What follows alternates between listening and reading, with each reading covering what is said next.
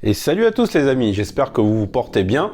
Alors aujourd'hui on se retrouve non pas pour parler de cinéma asiatique, mais pour parler d'une saga de science-fiction que j'apprécie particulièrement, une trilogie pour être plus précis. Celle-ci se paye une moyenne vraiment moyenne de 4 sur 10 sur Sens Critique, je trouve ça tout à fait injuste et j'ai décidé de faire cette vidéo pour vous prouver qu'en fait, Skyline, ça défonce. Mais de quoi ça parle exactement, la trilogie Skyline? On va suivre à travers le biais de plusieurs personnages une invasion extraterrestre. C'est très original, dis donc. Salut Guillaume. Ouais, en effet. C'est pas très original, mais c'est bougrement efficace.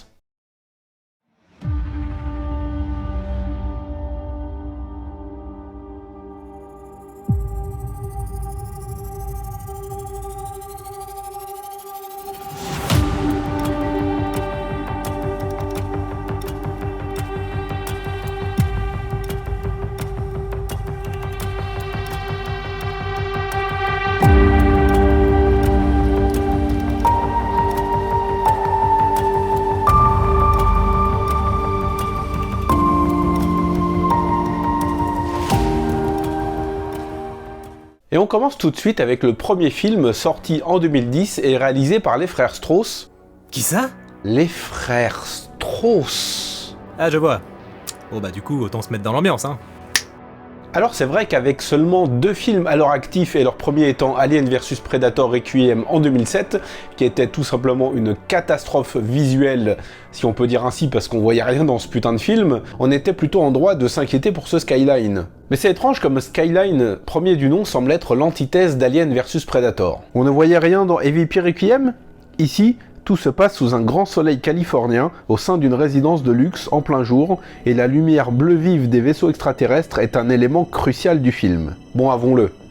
Niveau scénario et niveau personnage, rien de très original. On y suit 5 personnes qui après une soirée se réveillent pour constater que ça y est, c'est la merde et que les aliens sont là. Les personnages sont correctement travaillés, ce qui permet un minimum d'implication de la part du spectateur, surtout pour le personnage de Jarod, campé par Eric Balfour, jeune homme qui apprend sa prochaine paternité et qui s'interroge sur son avenir professionnel, alors que son meilleur ami Terry, joué par Donald Faison, est un artiste ayant réussi et souhaitant avoir son meilleur pote à ses côtés de manière un peu égoïste, et n'hésitant pas à fricoter avec son assistante quasi sous le nez de sa copine. Un gentleman donc. Comme je l'ai dit, rien de fou, mais au moins les personnages ne sont pas des coquilles vides dont on ne va avoir rien à foutre, comme ceux des Alien vs Predator Requiem par exemple. Le film arrive à installer une bonne tension, puisque, tout comme les personnages, on ne sait absolument rien des envahisseurs, et on découvre leurs intentions et méthodes au fur et à mesure des événements. Des envahisseurs au design que je trouve plutôt réussi, sortent de machines biomécaniques et aux vaisseaux imposants qui flottent dans un grand ciel bleu, ce qui donne tout au long des films des plans plutôt assez réussis et plutôt marquants. A noter que les 5 dernières minutes du film basculent définitivement dans l'horreur, abandonnant le genre de la science-fiction pour nous plonger au sein du vaisseau extraterrestre, au sein d'un espèce de réservoir dans lequel les humains sont entassés, et quand on voit le sort peu enviable qu'il aurait destiné, on a le droit de frissonner un petit peu. Pour moi, c'est un bon film de science-fiction qui ne révolutionne rien, difficile en effet de faire original avec une invasion extraterrestre, mais c'est très efficace, c'est bien mené, il y a un bon suspense et quelques scènes marquantes, avec des effets spéciaux plutôt soignés, une interprétation globale que je trouve assez réussie. Un bon petit film de science-fiction qui verra une suite débarquer 7 ans plus tard, Beyond Skyline.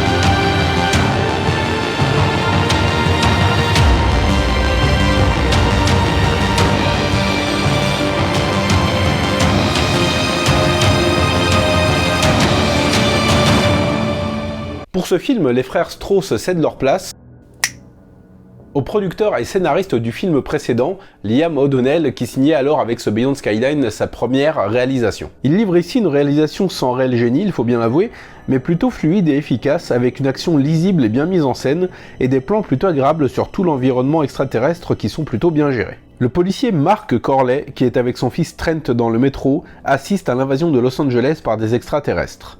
Un message les avertit de ne pas regarder la lumière bleue. Or, Trent a regardé cette fameuse lumière et est hypnotisé, mais l'intervention de son père, qu'il a retenu de toutes ses forces, l'a empêché d'être aspiré, contrairement aux autres. Mark Corley aide d'autres survivants à quitter la ville, mais ils sont finalement capturés et enfermés à bord d'un vaisseau spatial alien.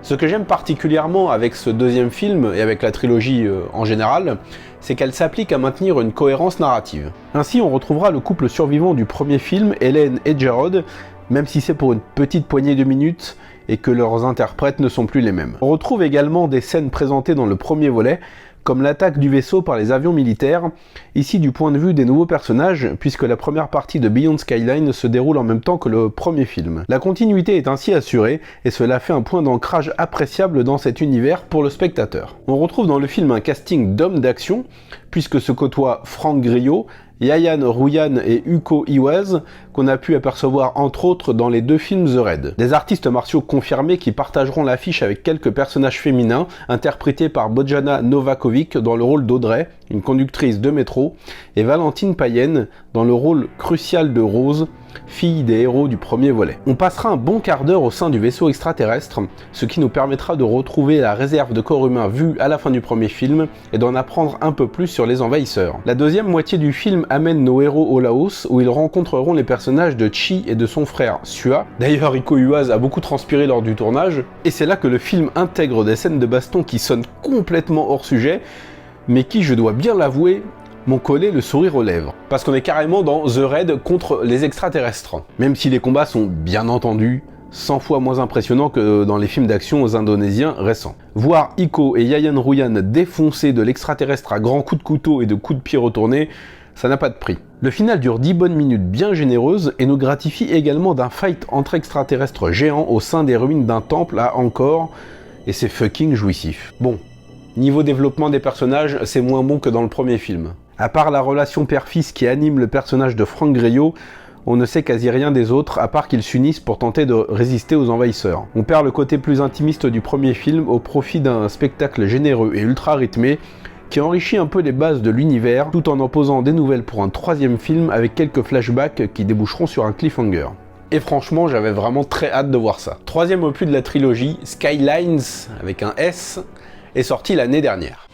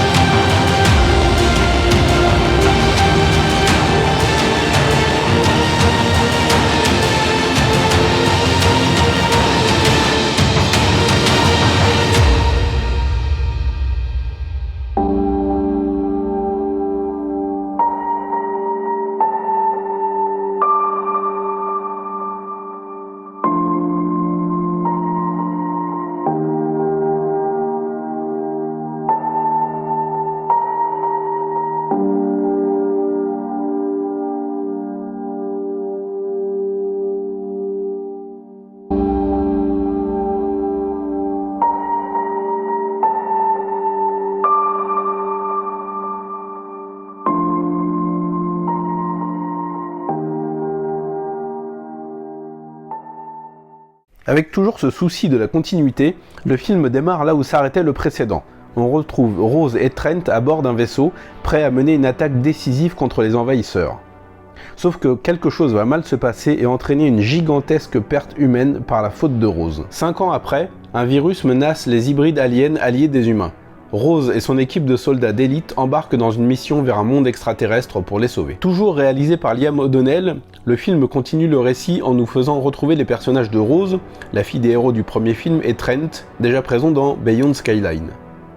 On a même un rapide retour de Yayan Ruyan qui reprend son rôle le temps de distribuer quelques coups. L'inexpressive Rona Mitra s'ajoute au casting, ainsi que Jonathan Howard dans le rôle de Léon, mais disons-le clairement, le meilleur personnage du film, c'est bien entendu celui de Rose, l'héroïne. Une héroïne torturée et à la recherche de son père disparu, hantée par son hésitation lors de l'attaque du début qui a eu de lourdes conséquences. Badass au possible, forte et disposant de talents décuplés du fait de son ADN mélangé à celui des aliens, le personnage aura également quelques moments de faiblesse, afin qu'elle ne soit pas non plus une héroïne trop cheatée. Mais à mon sens, loin des nouveaux critères du cahier des charges hollywoodien, à savoir faire la part belle aux femmes en ridiculisant les hommes ou en les démystifiant. Coucou Terminator Dark Fate. Ici la parité est efficace et les héros masculins sont aussi importants que Rose, et ce, sans qu'aucune love story ne voit le jour. Oui, elle se réserve pour moi. On s'aventure cette fois-ci sur la planète des envahisseurs, ce qui donnera lieu à quelques scènes plutôt sympathiques d'attaque et d'exploration. Encore une fois, rien de révolutionnaire, mais c'est franchement très bien mené. Le rythme du film vise également l'efficacité, il n'y a quasiment aucun temps mort et quelques scènes de développement psychologique sont dédiées aux personnages principaux, ce qui n'en fait pas un film bourrin sans âme. Les péripéties s'enchaînent avec de nombreuses scènes d'action ou de tension qui sont plutôt bien gérées encore une fois, le film étant assez soigné visuellement et proposant un univers certes peu original comme je l'ai dit, et rappelant parfois District 9 de Neil Blomkamp, avec ce camp mélangeant humains et aliens qui cohabitent, mais fait avec une application sincère témoignant de vouloir offrir le meilleur spectacle possible aux spectateurs. Spectacle possible aux spectateurs. Ouais. Et c'est ce que je retiendrai de la saga. Des films voulant proposer un univers riche, mélange de science-fiction, d'horreur et d'action, avec une ligne narrative suivie grâce à ses personnages. Même si perfectibles par moments, les SFX tiennent plutôt bien la route dans l'ensemble et on a même le droit à quelques plans vraiment impressionnants. En conclusion, j'aime énormément cet univers, vous l'avez compris, et le fait qu'on nous tease un 4e film à la fin de Skylines avec un potentiel retour de Franck Grillo, je suis chaud comme la braise, allez-y les mecs. Voilà les amis, c'est déjà la fin de cette vidéo, j'espère vous avoir donné envie de découvrir ou de réévaluer la saga Skylines. Vous avez compris que je suis particulièrement fan. N'hésitez pas à me laisser un petit commentaire pour me dire ce que vous pensez des films, lequel est votre préféré, vos scènes préférées, tout ça, tout ça. Un grand merci à Guillaume pour son petit caméo. N'hésitez pas à vous abonner à sa chaîne si ce n'est pas encore fait. Et si ce n'est pas encore fait, dans quelle grotte vivez-vous? Ce mec est génial. Quant à nous, on se retrouve très prochainement pour parler de cinéma asiatique, parce que vous savez que ça déchire. Ciao!